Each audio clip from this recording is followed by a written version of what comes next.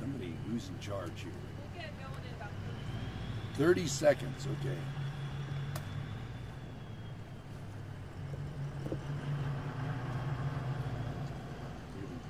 Change batteries. Belt down. Governor, whenever you're ready. All right, thank you. Thanks everyone for joining us. I appreciate both members of the House and Senate being here today. Obviously the Pro Tem and the Speaker, Chairman Rice, and we're in Janie's home district here. So we're very fortunate in Idaho that the executive and the legislative branches work well together to champion good things for the people of Idaho. Thank you to everyone that's here. Folks, we really are living in historic times.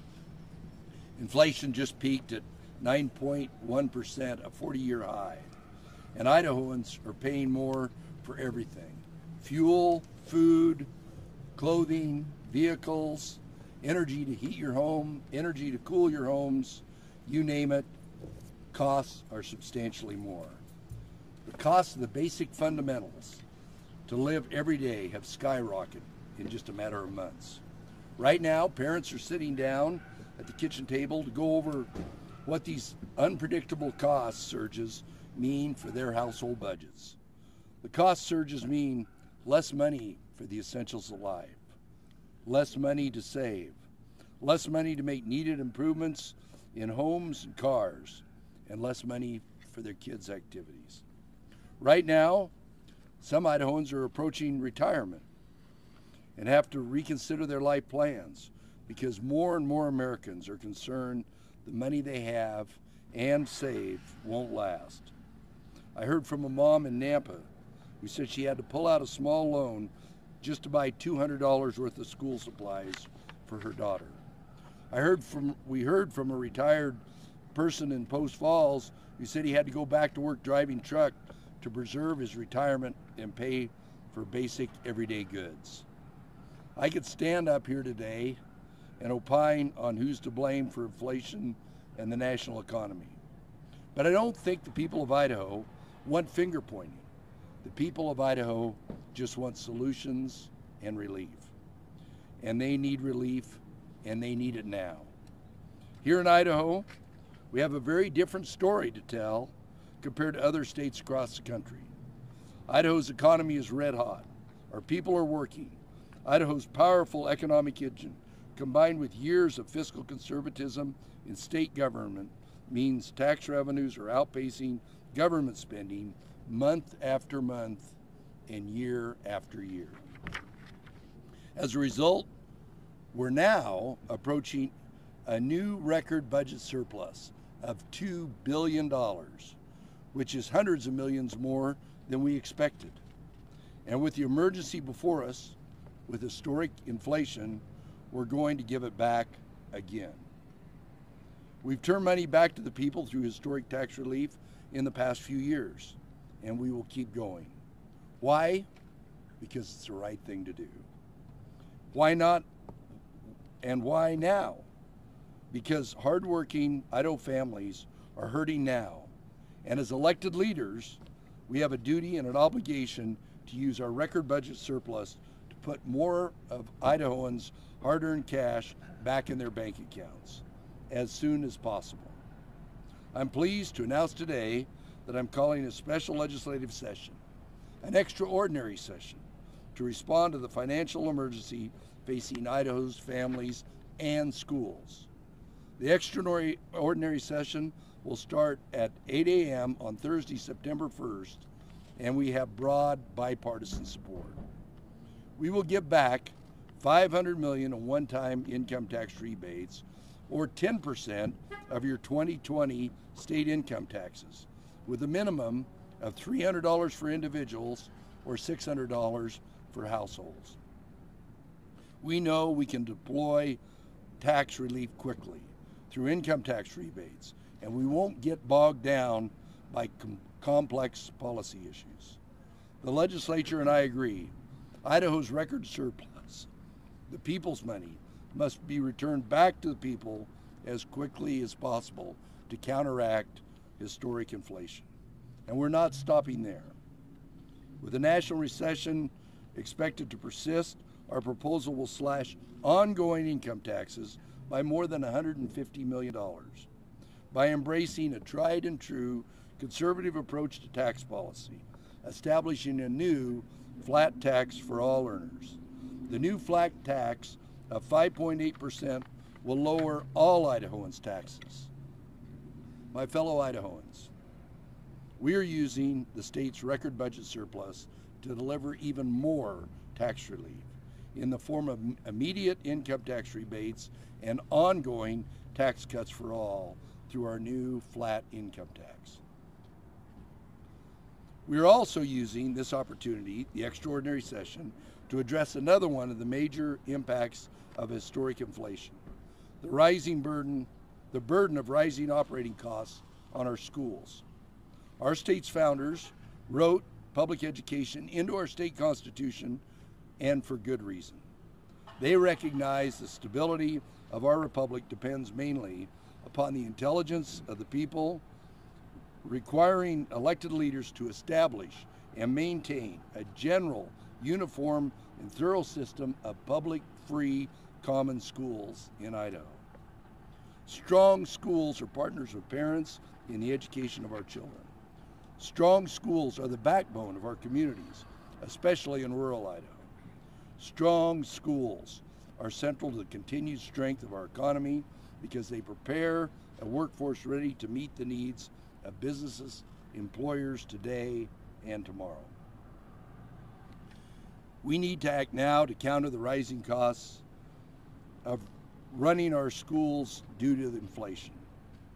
Our proposal puts a new record amount into Idaho education, $410 million, the single largest investment in Idaho education in state history. $330 million will go towards K-12 public schools so districts can dedicate more of their funding to immediate needs.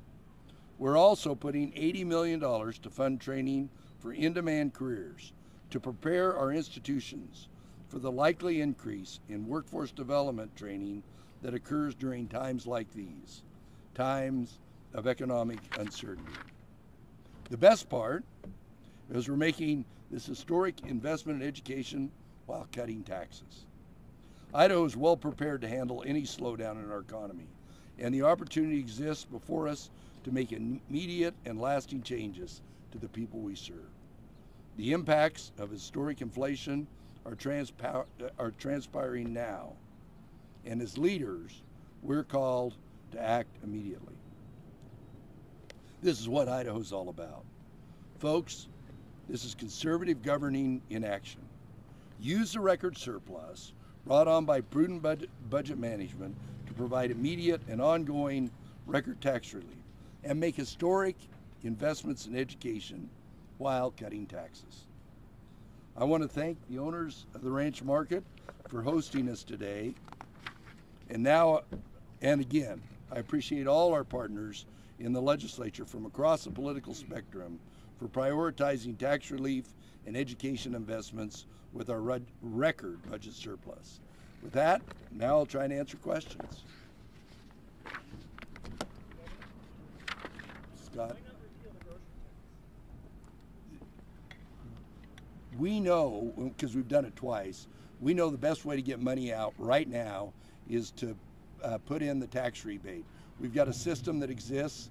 A grocery tax just requires a lot more thought. You got to define what groceries are. You got to figure out what gets taxed, what doesn't get taxes, what food gets taxed, what doesn't. This comports well with the law and our Constitution about a special session. Governor, as you know, the Quality Education Act made it on the ballot. What role did that initiative making it on the ballot play in this plan? It didn't. James? Governor, kind of building off of Bruce's question, why do you think that your plan with $330 million, roughly about the same as was proposed with the Quality Education Act, why do you think that your approach would work better than that if it were adopted? Well, it doesn't have a tax. It doesn't have a tax increase with it, and in fact, it's ongoing, and it's set up to be ongoing In fact, it comports with the intent of the 1965 legislature because it directly dedicates sales tax into it. So. And it doesn't bypass the appropriation process. Yeah.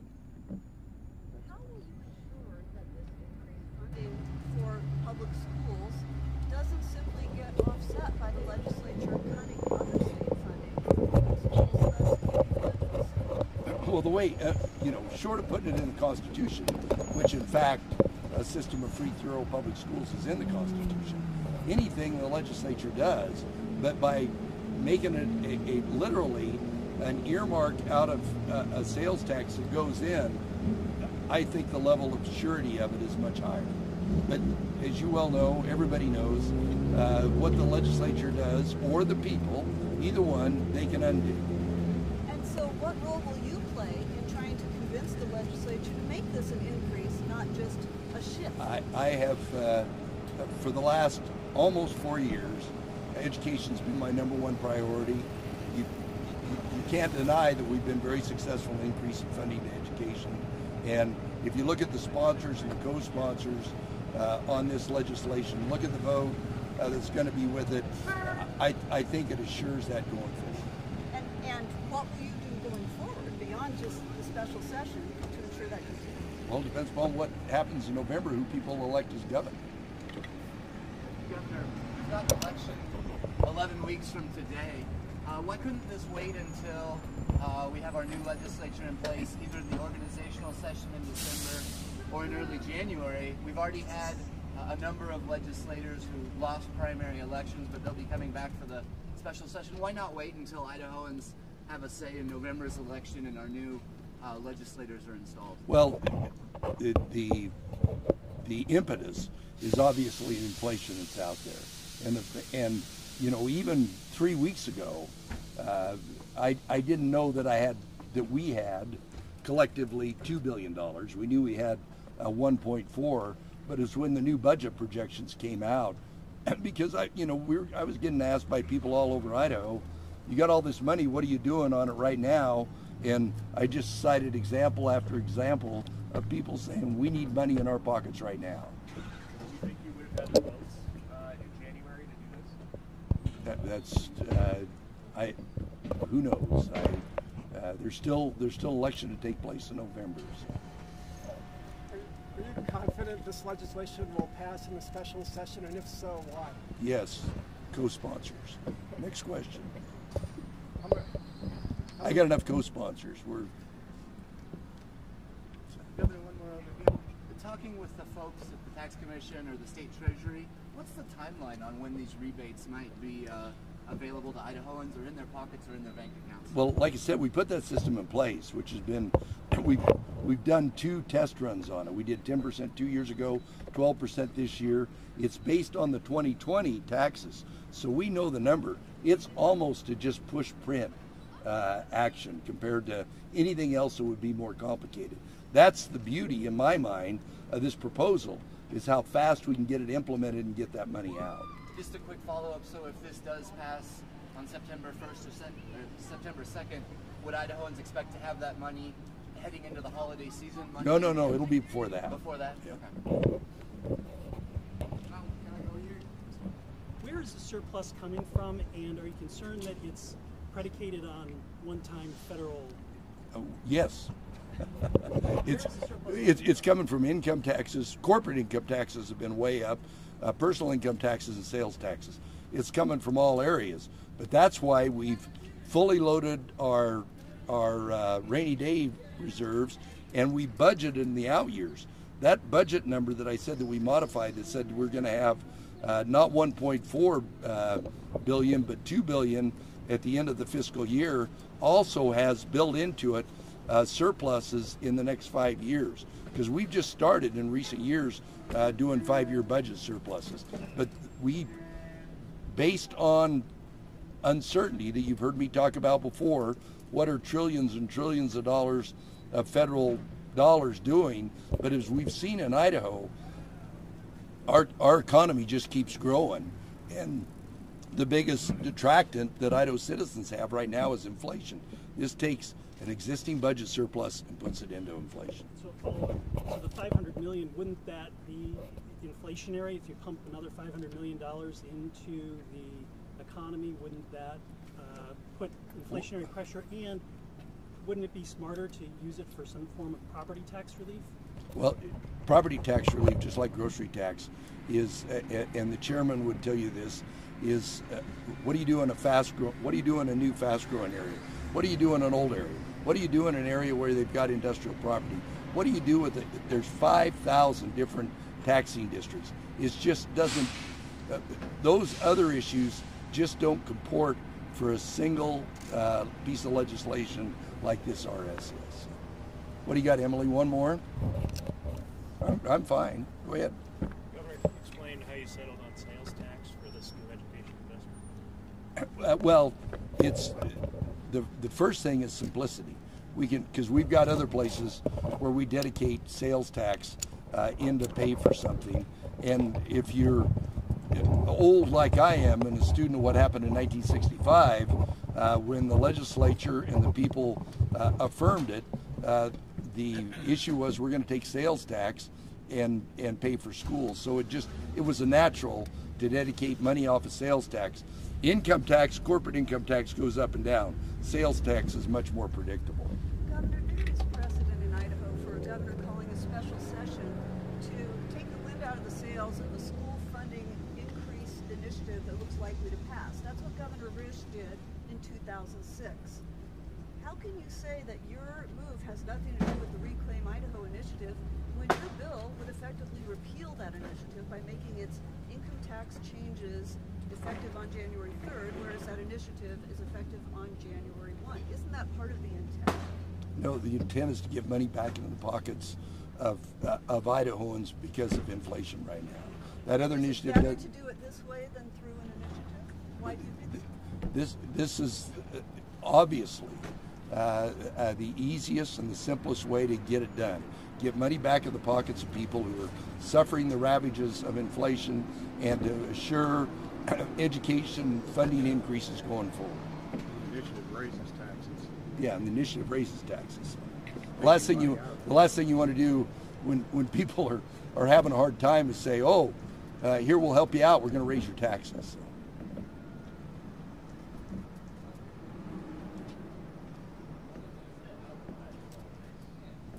All right. Thanks, everybody.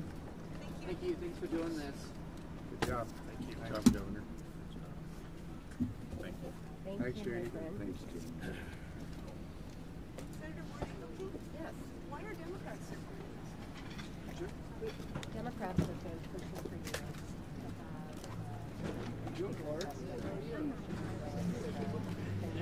Oh, good little issue.